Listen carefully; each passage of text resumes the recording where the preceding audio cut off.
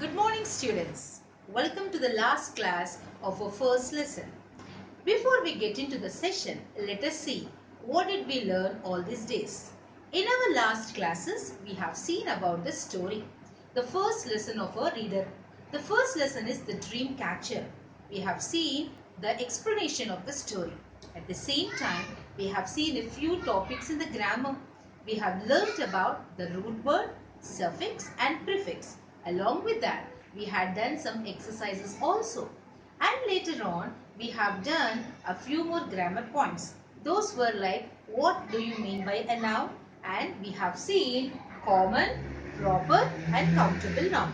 Today, we have come to the end of our class. So, in this session, by the end of the class, you will be perfect with uncountable nouns, abstract nouns, concrete nouns, compound nouns and collective nouns. So to know more about the types of nouns, let us get into our session.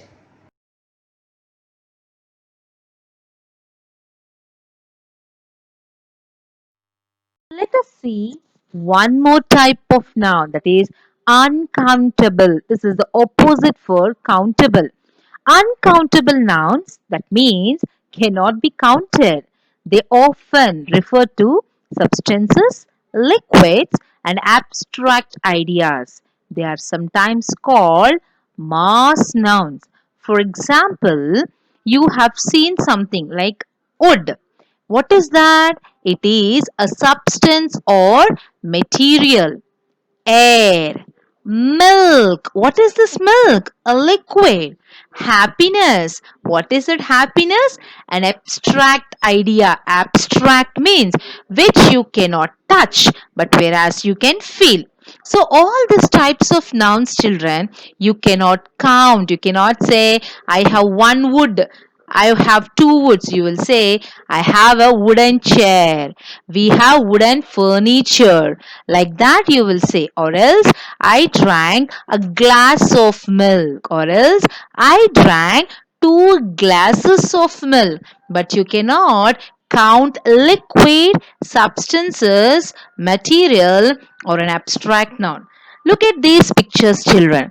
Rain. Can you say one rain, two rains? No, you say it's raining. Can you say one cheese, two cheeses? No, you say a slice of cheese, or else two slices of cheese. In the same way, for blood also you cannot count. You say only blood. You cannot say blood, bloods. Yes or no, children? So we cannot say. So these nouns which we cannot count, which cannot be counted, we call them as uncountable nouns.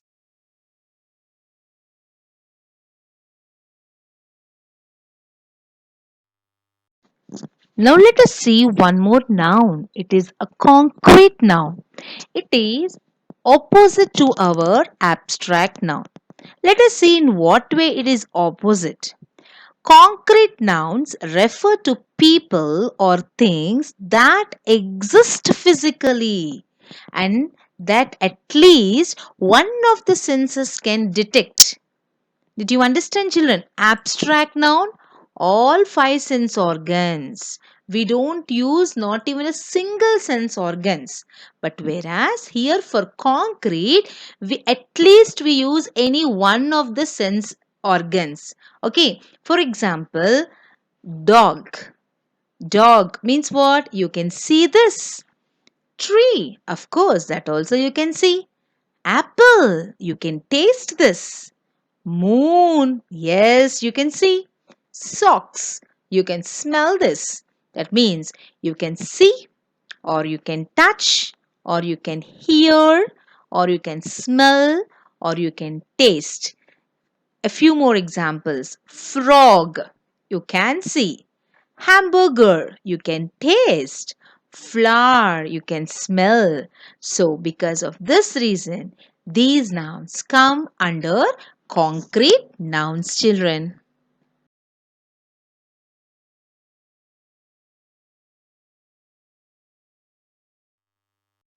Children, can you tell me how many sense organs do we have? Yes, you're right.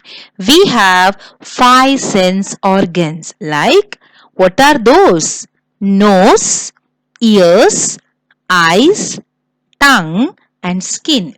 Now, I will tell you why did I ask this question. This question is related to our abstract noun. Abstract noun means you cannot touch. You cannot use any of your sense organs like you cannot see, you cannot touch, you cannot hear, you cannot smell, or you cannot taste. The thing is that only you feel. Let's see what is an abstract noun. Abstract nouns have no physical existence. They refer to ideas, emotions, and concepts you cannot see, touch, hear, smell, or taste. For example, let us see a few words. Love. What is this love? It's a feeling. Fear. It's an emotion. Luck. It's a concept. That means you cannot see, you cannot touch, you cannot hear, you cannot smell, or you cannot taste. So these type of nouns comes under an abstract noun, children.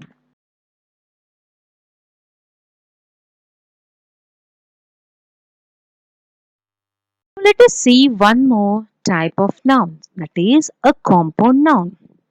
The name itself tells that compound means what? Two letter words. Two or more words that create a noun, they can be written as one word joined by a hyphen or written as separate words. For example, rainfall. It's written as one word. Son-in-law. It's joined by hyphens. Of course, different words but gives this one meaning. Credit card as separate words. Two or more words create a noun. Look at these pictures. Toothbrush. Two words. Jack in the box.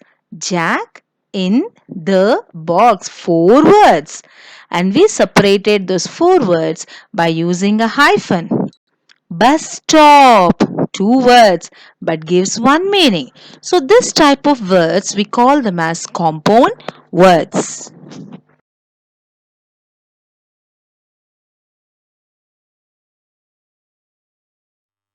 Let's see one more type of noun, that is collective nouns. Collective nouns refer to a set or group of people, animals or things.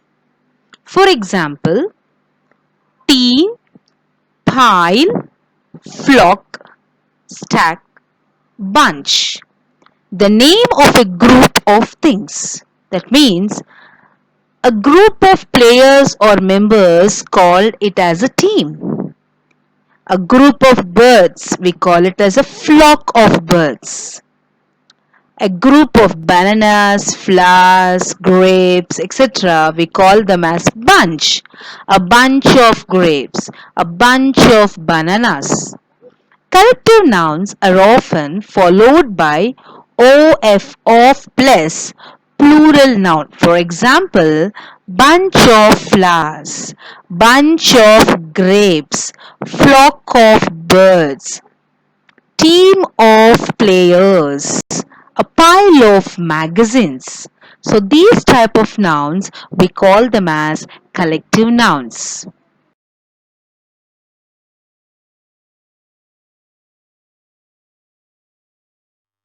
Students, I think you must have understood the meaning of a noun and the types of nouns. Now, quickly let us see what are the definitions for types of nouns. Common noun. Common nouns used to name people, places, or things in general. It refers to the class or type of person or thing without being specific. For example, girl, city, animal, house, food, etc. Now coming to proper nouns. Proper nouns used to name a specific, that means or individual, person, place or thing. Proper nouns begin with a capital letter. For example, John, London, Pluto, France. Now coming to the next one, countable nouns. Countable nouns have a singular and a plural form and can be used with a number or a or an before it. They are sometimes called count nouns. For example, car, desk, cup, house, bike, etc. Coming to the next one, uncountable nouns. Uncountable nouns cannot be counted. They often refer to substances, liquids, and abstract ideas. They are sometimes called mass nouns. For example, wood, milk, air, happiness. These comes under uncountable nouns.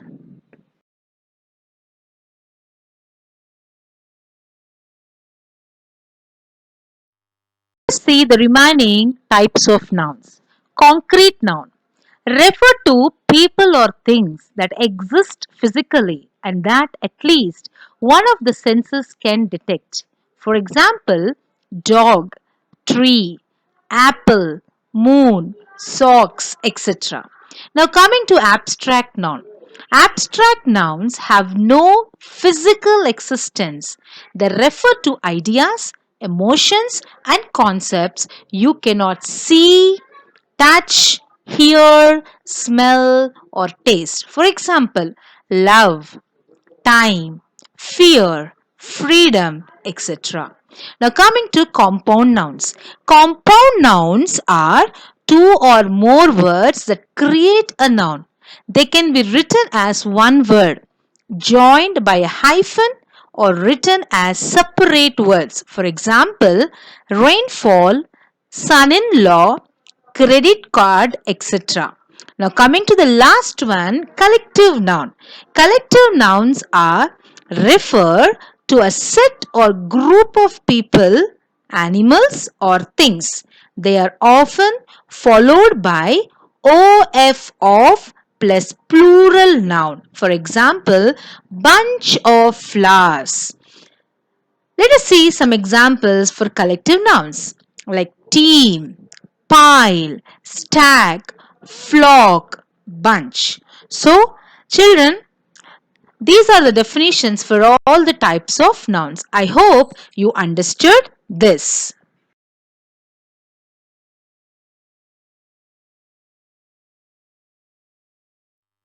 Something is important to know. There are some nouns which belong to more than one type. For example, toothbrush.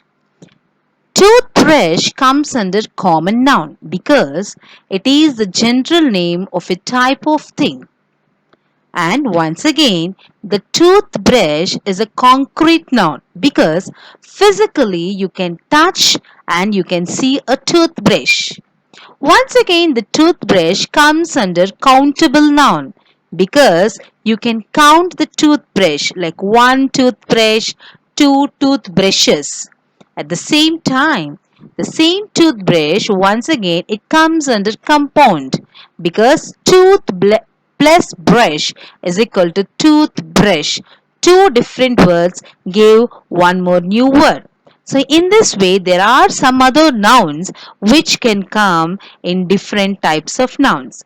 So children, I think you understood the meaning of a noun and the types of nouns with the examples. So after this, I'm going to share a worksheet for you based on the types of nouns. If you please work out on that, definitely you will be perfect with the nouns. So that's it for today, children. Hope you enjoyed the lesson, at the same time the grammar part. So let us meet once again in one more class with a fresh new lesson. Thank you for today, children.